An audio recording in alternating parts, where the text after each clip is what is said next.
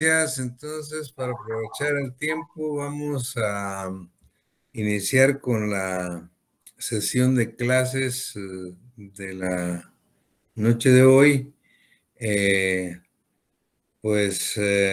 Comentándoles que esta es exactamente nuestra penúltima clase. Estamos advirtiendo que la agenda ya la tienen ustedes ahí desde la sesión pasada.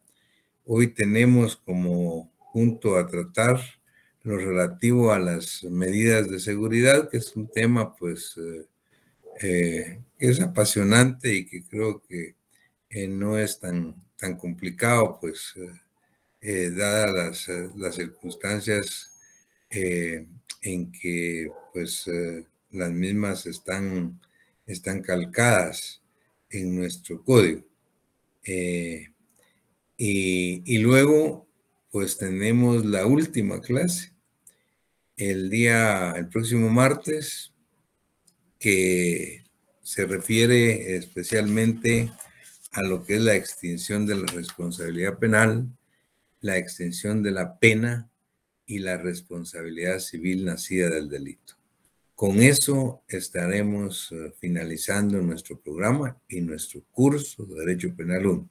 Y ustedes están ya listos para iniciar su curso de Derecho Penal 2, en el que vamos a analizar y a ver delitos en particular. Muy bien. Las medidas de seguridad en nuestro código, y es para que ustedes lo tomen en cuenta para su análisis de estudio, está del artículo 84 al 100. 84 al 100, medidas de seguridad. Y luego los otros tres puntitos que nos quedarían para el próximo día, para el último día, están del 101 al 122, que es extinción de responsabilidad penal, extinción de la pena y la responsabilidad civil nacida del delito. Así es que tienen muy claro esto. Muy bien, principiemos. Cuando hablamos de medidas de seguridad, fue un tema que lo quise dejar, no tratarlo con las penas, porque las penas que fueron las que tratamos el último día, no solo son mucho más importantes, sino ahí está la pena más importante, tal y como se nos explicaba la sesión pasada, que es la pena de prisión. ¿Qué pasa con las medidas de seguridad? ¿Cuál es la diferencia con las penas y cuál es la problemática que tenemos o que se tiene para dictar medidas de seguridad e implementarlas tal y como lo tiene todavía estipulado el Código Penal nuestro, que en ese sentido obviamente ya está desfasado en cuanto a las medidas de seguridad. Y les comentaba a los compañeros en la otra sección que afortunadamente pues la preparación que tienen hoy nuestros jueces, nuestros fiscales y nuestros abogados defensores es una excelente preparación pues en cuanto al derecho penal, y ellos advierten que tal vez pues lo más prudente es no aplicar este tipo de medidas. Y la verdad es que si ustedes ven la práctica diaria en nuestro país, no se aplican medidas de seguridad, salvo contados casos, y yo les voy a referir a alguno en que se aplicaron con excelencia. Pero de ahí pues son muy discutibles por lo que voy a explicar. Ahora, vamos a ver.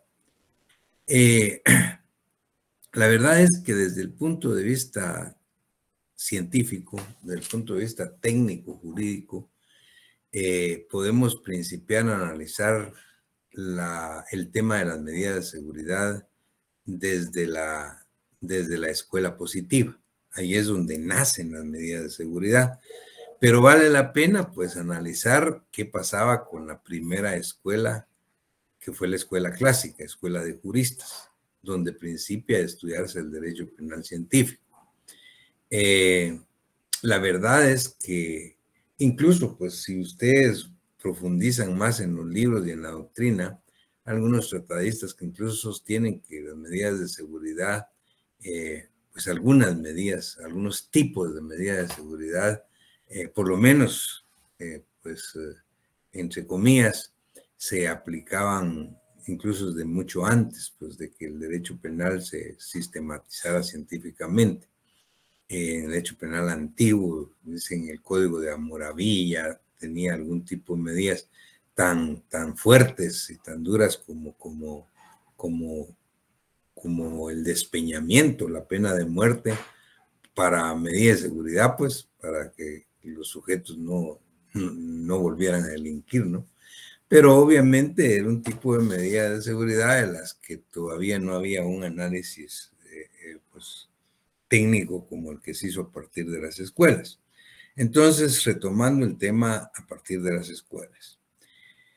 Si ustedes recuerdan la escuela clásica, que se llamó Escuela de Juristas, que se llamaba Escuela de Juristas, precisamente porque todos sus propulsores, sus impulsores eran abogados, eran juristas de muy alto nivel, desde Gian Domenico Romagnosi, Della Rovere, Luigi Luchini, Carminiani, hasta llegar al maestro Francisco Carrara, ¿no? Padre de la escuela clásica.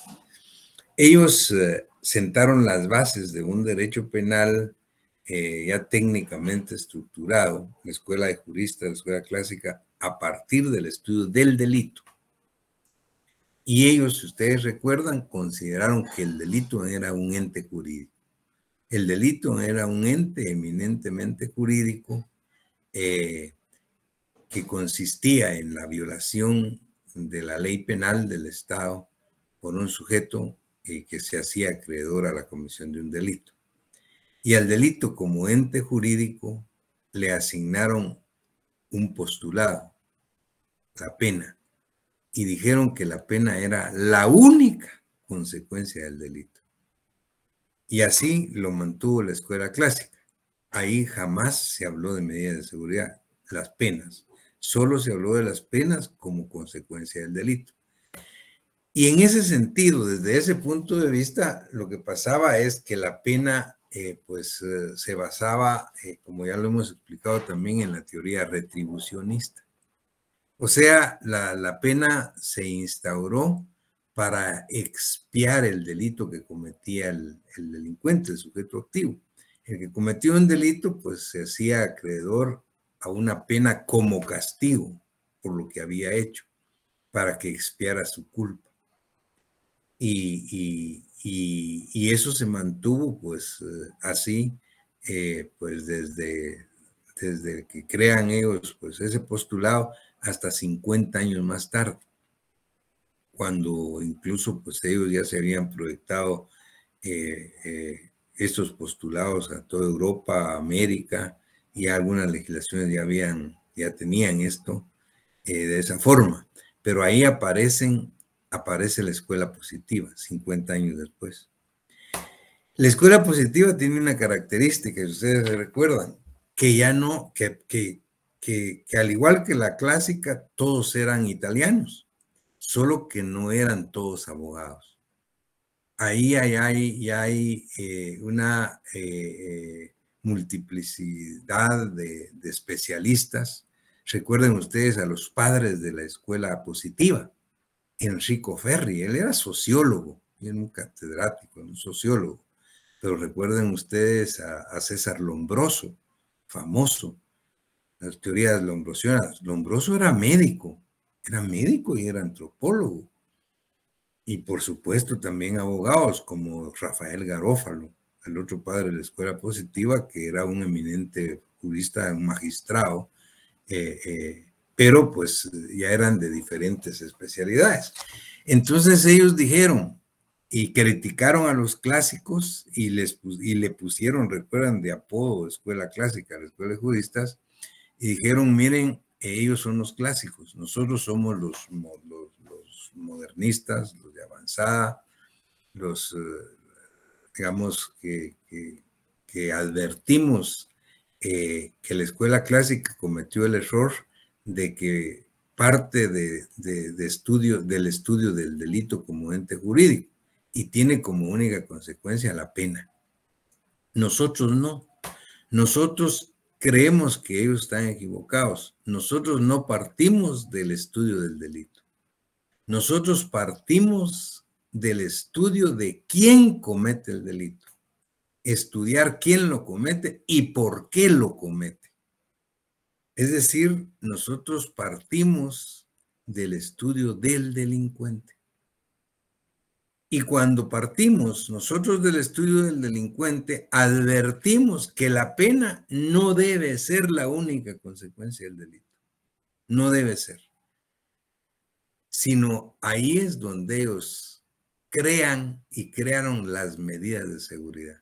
De tal manera dijeron que las penas deben tener como consecuencia del delito no solo la pena, sino las medidas de seguridad. ¿Por qué razón? Y aquí viene la explicación. Ellos los positivistas decían que entendían que la pena, como la veían los clásicos, era la pena como un castigo nada más. Castigar al delincuente por lo que hacía, por el delito cometido, para que expiara su culpa, para que pagara lo que había hecho. Pero ellos que partieron del estudio del delincuente se dieron cuenta que la mayoría de delincuentes no solo es castigo lo que necesitan, más que eso, decían, ellos necesitan más que castigo, tratamiento, curación. La única manera en que se pueden ellos rehabilitar, resocializar, reformar, para volverlos a la sociedad como un ente útil, es que a ellos también se les trate, se les cure en la prisión. Y entonces eso ya cambió totalmente la posición. Y ellos decían, para explicar esto, ponían como de ejemplo, por ejemplo, se referían a los violadores. Si analizamos el caso de un violador en serie, es capturado después de haber violado 5 mujeres. En aquel tiempo, obviamente, el sujeto pasivo de la violación eran solo las mujeres. Hoy, en el derecho penal moderno y guatemalteco, ya vamos a ver a partir de julio, primero Dios, cómo pueden ser violados también los hombres y mujeres. Pues en aquel momento, pues las mujeres decían, bueno, si se captura a un violador en serie, después de que ha violado a 5 mujeres, se le juzga, se le encuentra culpable y se le condena a una pena de prisión como castigo, como dicen los clásicos, una pena, por ejemplo, de 10 o 15 años de cárcel. Muy bien, él está en la cárcel, 10 o 15 años, pero él tiene un problema. Y la misma situación, el problema que él tiene es que tiene una perturbación mental de carácter sexual. Él no es un delincuente común y corriente. Él tiene una desviación. Si no, no hubiese podido consumar las violaciones, tal y como las hizo. Y si a él solo se le castiga, se le deja en la cárcel como una pena de castigo de prisión, ahí no va a haber mujeres.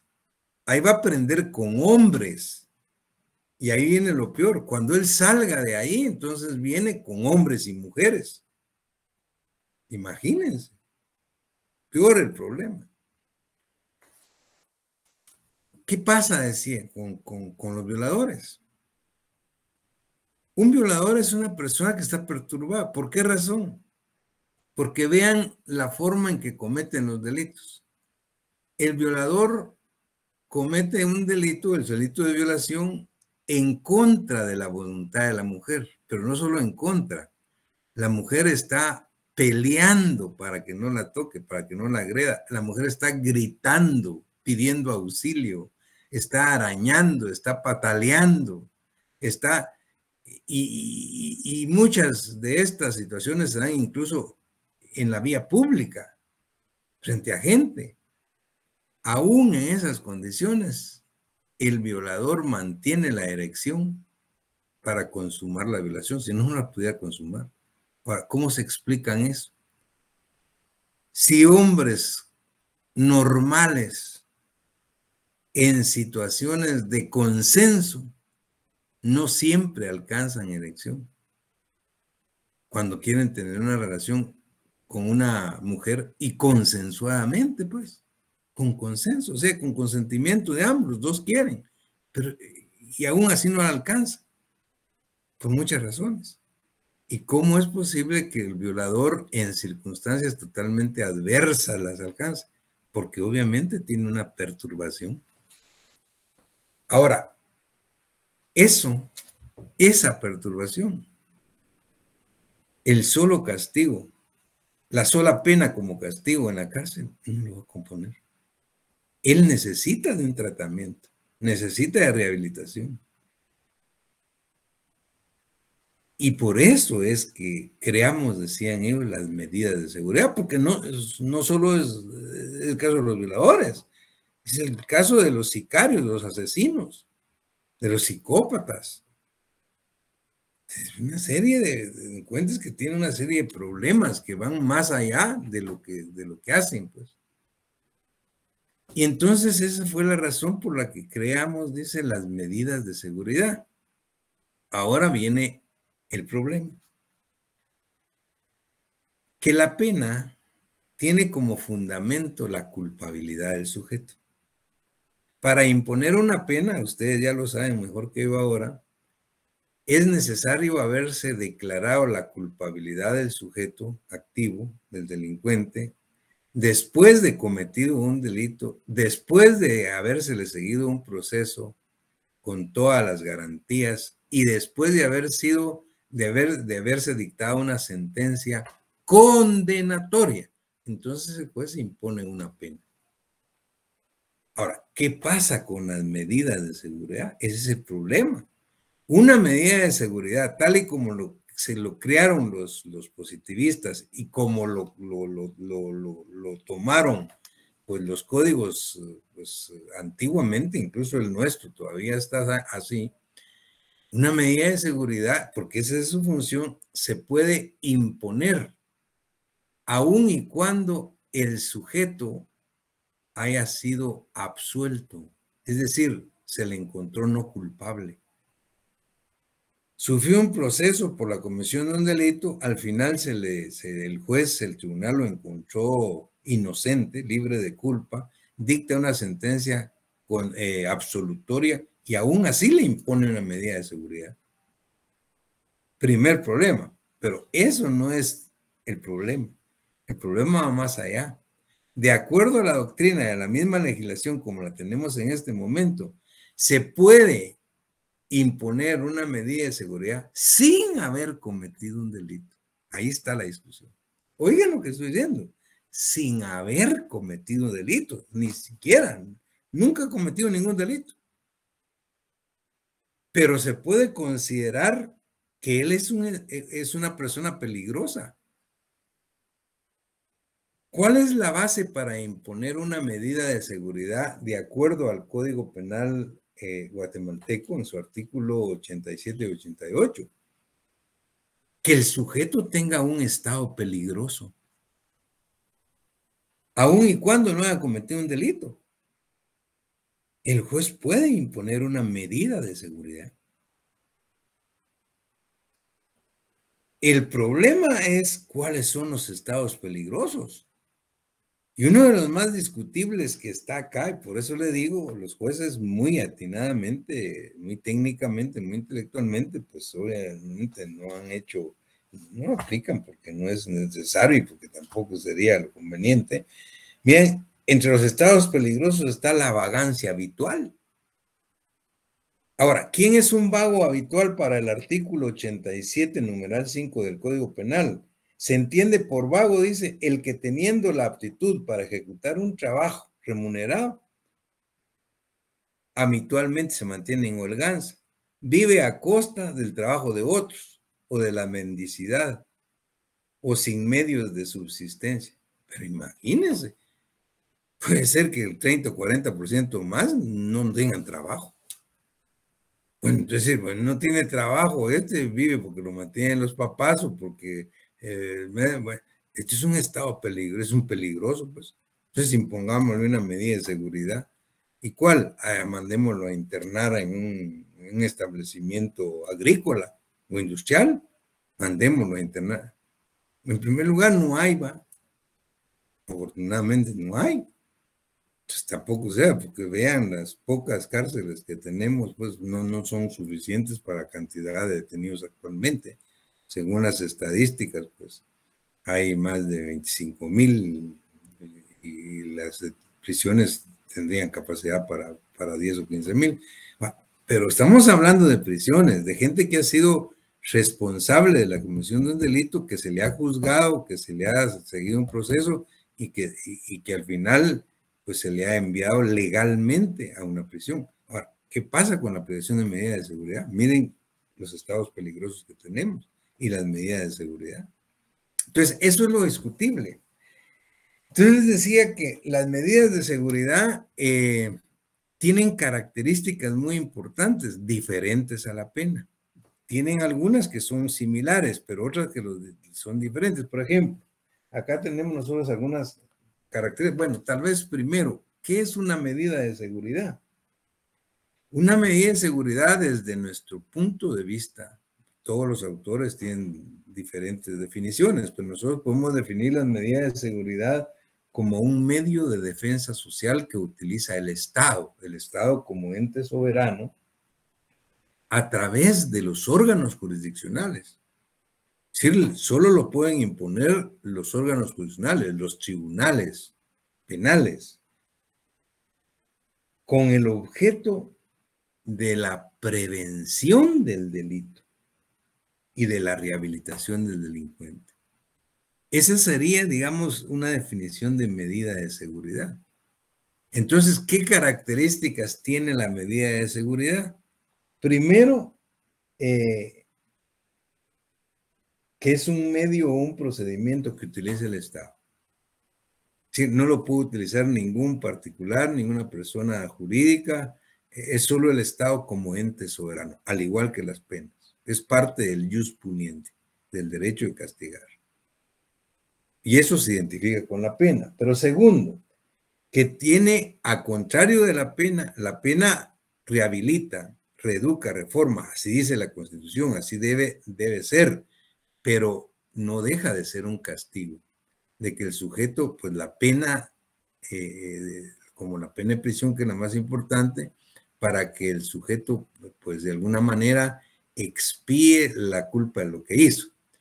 La medida de seguridad más allá tiende a prevenir, a rehabilitar, a resocializar. La medida de seguridad opera como dijéramos, un símil con la medicina. ¿Por qué esperar en medicina que a la persona le dé cáncer para curarlo? ¿No será mejor darle todas las medidas de seguridad, de prevención, para que a él no le dé cáncer? Y así no tengamos que curarlo de cáncer. Por supuesto, es mejor. Entonces, constantemente, pues están diciendo cuáles son los riesgos, en qué situaciones podrían llevar a una enfermedad como el cáncer, para que todos tomemos nuestras precauciones, nuestras medidas de seguridad, y no nos expongamos. Pues ese es el mismo efecto de las medidas de seguridad en penal. Es decir, prever el delito con ciertas medidas de seguridad. El problema es que para imponer una medida de seguridad se necesita un principio de legalidad, y lo tiene el 84. Es decir, no se puede imponer una medida de seguridad si previamente no está establecida en la ley. Y solo también teniendo como causa o motivo un estado peligroso. Y a eso es lo que vamos. Por ejemplo, ese estado peligroso puede ser la vagancia habitual y el vago que no tiene trabajo. ¿Y cuántos no tienen trabajo? Eso es delicado. Entonces, lo importante, pues que desde el punto de vista de la doctrina, esto es la característica de la medida de seguridad, que es preventiva. como medio de defensa social que tiene el Estado, pues, para prevenir la comisión de delitos. Otra de las características de la medida de seguridad es que es indeterminada. Y eso es diferente a la pena. Recuérdense que acabamos de estudiar la pena, las penas, y dijimos que la característica de la pena, técnicamente hablando en los libros y en Guatemala, es que tiene que estar determinada. El juez dicta una pena que esté en el código entre un mínimo y un máximo, pero está determinada. No puede dejarlo indeterminado, contrario censo. Las medidas de seguridad se dictan de manera indeterminada. Es decir, se dicta una medida de seguridad, un internamiento en un centro psiquiátrico por todo el tiempo que sea necesario, no se sabe cuánto, supuestamente hasta que se rehabilite o desaparezca el estado peligroso que llevó al juez a imponer esa medida de seguridad a la persona, que probablemente ni siquiera ha cometido un delito. Y entonces llegamos a otra característica que es la más discutible. Es decir, ¿cuál es el fundamento para imponer una pena? Para imponer la pena, el fundamento es la culpabilidad. Muy bien, y ahí está claro, para ser culpable hay que ser responsable, imputable de la comisión de un delito después de todo un proceso y después de dictar una sentencia condenatoria. En cambio, la medida de seguridad se impone en base a un estado de peligrosidad, no de culpabilidad. Pero acá viene otro problema. Hay dos estados de peligrosidad. Una que se llama peligrosidad criminal y otra que se llama peligrosidad social. ¿Cuál es la peligrosidad criminal?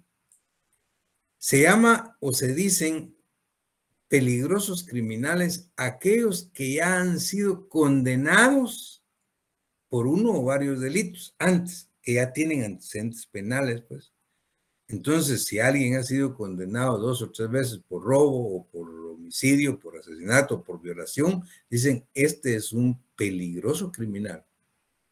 Y puede obviamente ser el sustento para imponer una medida de seguridad. Ahora, ahí no hay tanto problema. El problema está con el peligroso social. ¿Quién es un peligroso social? Aquel que no ha cometido nunca ningún delito. Nunca. Pero desafortunadamente, para alguno puede estar dentro de los motivos o las causas de estado peligroso. No ha cometido un delito, pero no tiene trabajo. Ah, entonces este es un peligroso. No ha cometido ningún delito, pues miren cómo anda. Miren cómo se viste, miren cómo está. Entonces, pues, entonces hay que detenerlo. Y más. Eso es lo que se discute y lo que se critica. Que se violentan obviamente garantías constitucionales. Y por eso es que técnicamente y afortunadamente, pues la justicia penal ha sido muy prudente y no aplica, pues. Porque vean, esas son las situaciones que definitivamente pues llaman mucho la atención. Y les decía, las medidas de seguridad responden a un principio de legalidad. El artículo 84 dice, no se decretarán medidas de seguridad sin disposición legal que las establezca expresamente, ni fuera de los casos previstos en la ley. Las medidas de seguridad tienen que estar expresamente establecidas en este código y la ley las debe prever, los estados peligrosos. Yo les comentaba a los muchachos en la otra sección que recordamos un caso de un estudiante de la facultad muy bueno, eminente, es un muy buen profesional, pues un gran juez, pero pues estudió con nosotros Derecho Penal, pues le gustó mucho y estudiaba mucho todo esto. Pero antes de graduarse, estábamos, eso les estoy hablando de hace unos 20 años, o sea, con el sistema anterior, los jueces, pues de paz penal, podían ser los estudiantes de último año de Derecho. Y él era estudiante de los últimos años de la facultad y ya era juez de paz. Y muy estudioso, pues, eminente. Entonces, y en el municipio donde él estaba impartiendo justicia de juez de paz, él se dio cuenta que todos los días lunes llegaban 10 o 15 partes de policía. Y la policía consignaba a 10 o 15 bolos, y por eso los porque relajaban, llegaban a insultar o agredir a su esposa, a sus hijos, a su casa, y ellos mismos los denunciaban y los iban a detener. Entonces los consignaban. Pero ¿qué pasaba? Él, al darse cuenta y leer el parte de lo que la policía le decía, entonces decía, bueno, esto es una falta. Pero se veía veían que era gente de muy escasos recursos, que trabajaban pues en cosas muy sencillas. Y vean qué es lo que pasa con la gente que es alcohólica. El día viernes recibían su pago de la semana o de la quincena y de una vez se iban a la cantina o a tomarse los chavos. Y si acababan el dinero, ya cuando se tenían el dinero, iban a pelear y a hacer problemas a su casa. Y eso eran los problemas. Entonces él venía y se dio cuenta que los anteriores jueces lo que hacían obviamente es poner, no tanto, 20 días de arresto a 10 quetzales diarios. O 10 días de arresto a 10 quetzales. Eran 100 de multa o 200 de multa. Pero 200 quetzales de multa o 100 de multa para estas personas es bastante, es mucho. Entonces resultaba que no tenían para pagar los 100 o 200 de multa. Entonces, increíble. La misma esposa o los mismos hijos que lo habían ido a denunciar al papá porque había llegado a hacer relajo, iban a prestar dinero para ir a pagar la multa y sacarlo. ¿Por qué? Porque si no lo sacaban, perdí el trabajo. Y si perdí el trabajo, ¿con qué iba a mantener a su familia? Pues? Entonces era un problema y él se dio cuenta y veía, dijo, bueno, esto no puede ser. Entonces él dijo, y había estudiado esto, así como lo están estudiando ustedes ahora. Nosotros, y dijo, no, aquí yo voy a ver si aplico una medida de seguridad. Una medida de seguridad que pueda rehabilitar a esta gente. Entonces, cuando le llegaron los partes ya el otro fin de semana, después de que él había craneado, ya no les impuso de pena de arresto, pues, ni 10, ni 20 días, ni 5 días. Dijo, miren, ustedes salen libres, no les voy a poner arresto, nada, pero sí una medida de seguridad. Y la medida de seguridad es que tienen que ir Alcohólicos Anónimos. Aquí hay una sede donde se reúnen Alcohólicos Anónimos aquí en el pueblo y tienen que ir 2 horas todos los días, de lunes a viernes por 30 o 60 días. Y es más, yo les voy a ir a pasar lista. Y si no están cumpliendo, les pongo arresto. Entonces el juez vino y no les ponía multa a los muchachos o señores estos, pues, y ya el lunes estos salían del trabajo y a las 6 de la tarde, 6:30, 7, ya estaban en el grupo de Alcohólicos Anónimos, oyendo ahí sus pláticas para rehabilitarse. Y el juez, él mismo iba y me decía, yo llego y yo de veras iba a pasar lista, a ver, estaban ahí. Y los felicitaba, decía, qué bueno. Y la mayoría pues salían bien. Y así lo hizo muy bien. Pero vean esto, y esto es a guisa de broma, pero es cierto. Los bolitos también son buenos estudiantes de Derecho. Y hubo uno que vio que lo que él estaba haciendo, imponiendo como medida de seguridad, no estaba en el Código Penal, en el artículo 88. Ahí no estaba. Ni estaba, ¿verdad? Y lo fue a denunciar. Claro, las autoridades, altas autoridades, miren, después está imponiendo esto. Él cree que es bueno, pero eso no está. ¿Cuál es la base legal? Y efectivamente le llamaron a él y le dijeron, pero mire, juez, ¿Cuál es la base? Pues no hay una base. Y hay un principio de legalidad, el 1084. Es decir, la medida de seguridad que tiene el 88 es la prohibición de ir a determinados lugares. Pero usted no le está prohibiendo ir, usted es el que está ordenando que vayan alcohólicos. Eso no está. Bueno, entonces lo vamos a dejar de hacer y lo dejó de hacer. Pero miren qué mal, pues, para que ustedes vean qué interesante es esto. Porque creo que en atención era lo mejor que él podía hacer. Y no están imponiendo multas ni de 100 ni 50, porque era más. Pero el problema es el principio de legalidad. Ahora, ¿cuáles son los estados peligrosos que dice el código?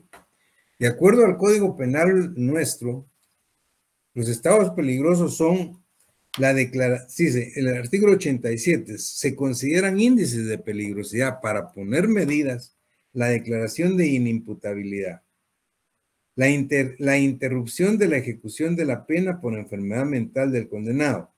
3, la declaración de delincuente habitual. 4, el caso de tentativa imposible. 5, la vagancia habitual, es la que yo les decía. Y ahí dice, se entiende por vago el que tiene aptitud para trabajar y no trabaja. 6, la embriaguez habitual. Ahí está, sí estaban los bolitos que nuestro colega los mandaba alcohólicos. Sí estaba la causa, embriaguez habitual. Cuando el sujeto fuere toxicómano, también es otra de las causas. Y 8, la mala conducta observada durante el cumplimiento de la condena. Y 9, la explotación, que es muy amplio y muy subjetivo. O sea, sí está la embriaguez habitual. Ahora, las medidas que se pueden poner, 88. Las medidas de seguridad que son aplicables son las siguientes. 1, el internamiento en establecimiento psiquiátrico. No era el caso. 2, el internamiento en granja agrícola, centro industrial o análogo. Tampoco el caso.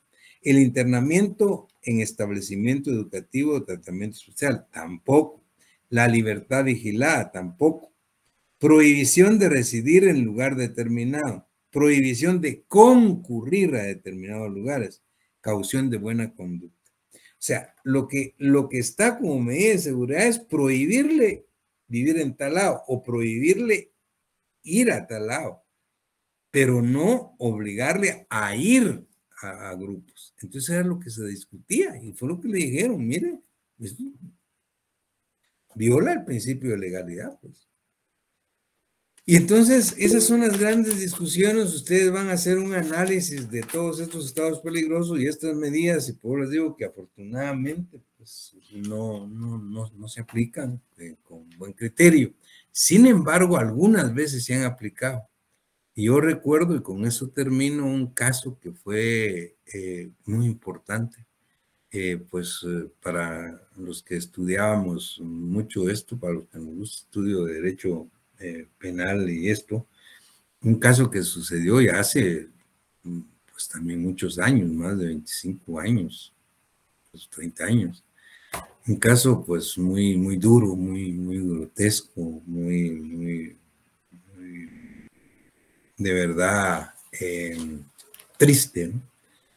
Y se trataba de una señora que trabajaba de auxiliar de enfermería en un hospital del país, que es el sur, y ella dio muerte a sus 4 hijos.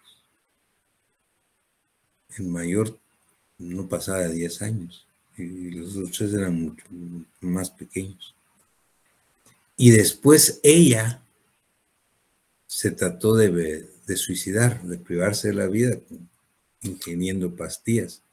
Para su desgracia, ella no murió, ella quedó viva. Llegaron a los bomberos y en el hospital la rescataron, hicieron su lavado.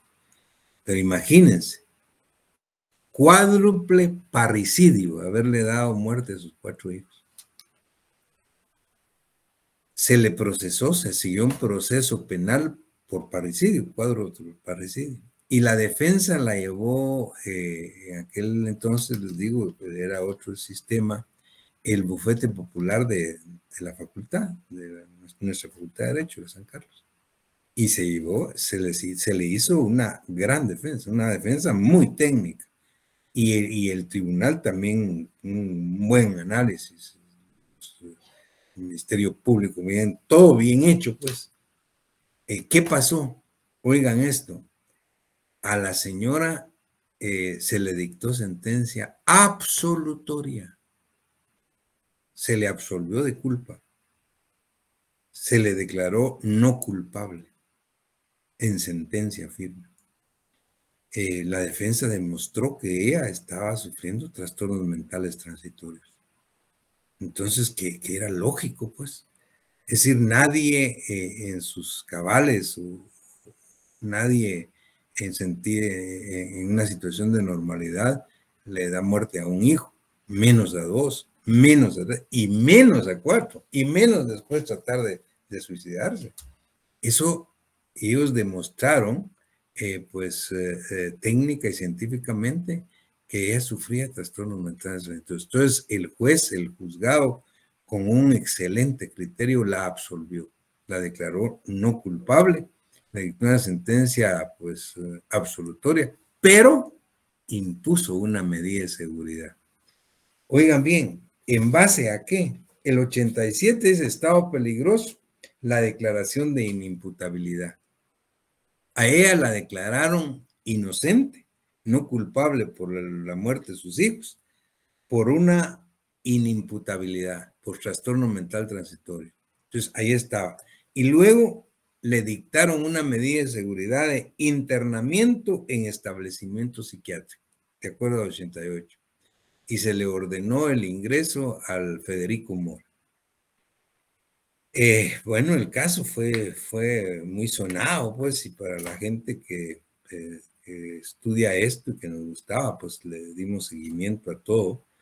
Y la verdad es que en el hospital también, pues los médicos no pasaron, porque esa es la medida es indeterminada, hasta que ella se componga. Y si no, pues ahí se queda de por vida. La verdad es que en menos de 2 años, año y pico, los dictámenes de los especialistas del Federico Mora decían que ella estaba totalmente rehabilitada y que estaba muy bien. Y que estaba muy bien.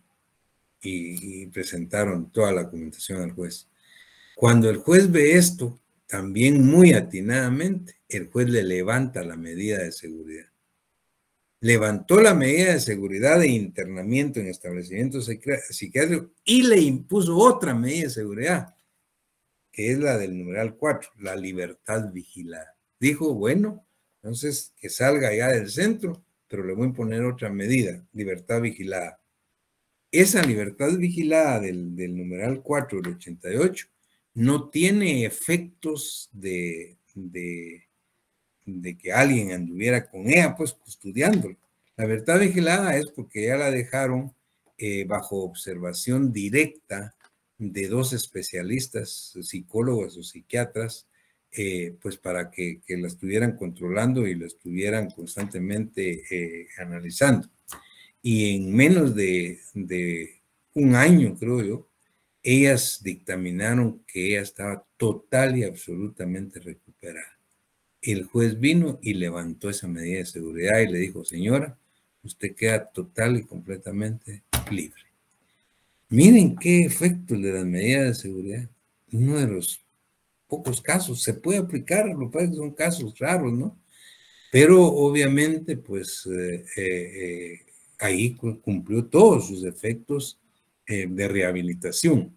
Entonces, en todo caso, aquí tenemos que advertir que ella había cometido delito, cuádruple parricidio. Y el problema en las medidas de seguridad es cuando no se ha cometido delitos. Ustedes van a ver que el código dice en un artículo que la sentencia puede ser condenatoria o absolutoria, pero también puede ser que el código, que se pueda imponer una medida de seguridad hacia una doctrina sin haber cometido un delito, solo porque se cree que se está en un estado peligroso. Eso es lo discutible y eso es lo que precisamente por eso es que no se han aplicado. Muy bien, quedamos hasta ahí. Muy buenas noches, perdón por el tiempo, sé que tienen examen. Estamos entonces el próximo martes con los últimos 3 puntitos del programa. Que la pasen muy bien y que les vaya bien en el examen. Éxitos. Gracias, licenciado. Feliz noche. Gracias. Feliz noche. Gracias, doctor. Feliz noche, doctor. Gracias, doctor. Feliz noche.